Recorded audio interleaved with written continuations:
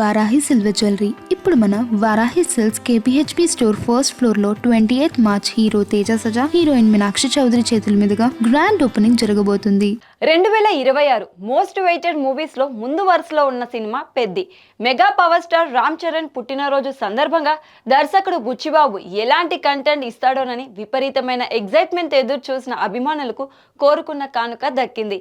కేవలం నిమిషంలోపే వీడియో అయినా goose bumps అనిపించే విజువల్స్ తో ట్రీట్ ఇచ్చేశారు.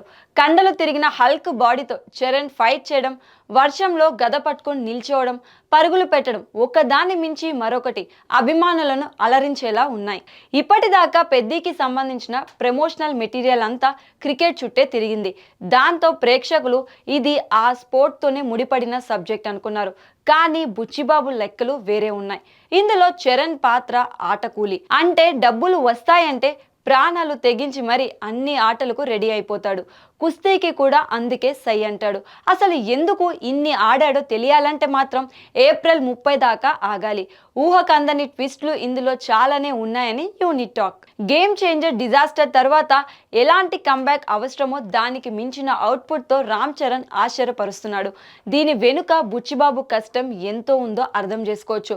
ఏఆర్ రెహమాన్ బ్యాక్గ్రౌండ్ స్కోర్ ఈసారి లౌడ్గా లేదు, సెటిల్డ్గా ఇచ్చారు.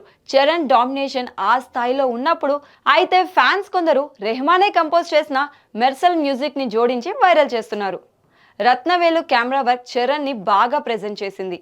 పెద్ది విడుదల తేదీలో ఎలాంటి మార్పు లేదు. ఏప్రిల్ 30 డేట్ మరోసారి కన్ఫర్మ్ చేస్తూ టీజర్ చివర్లో క్లారిటీ ఇచ్చారు.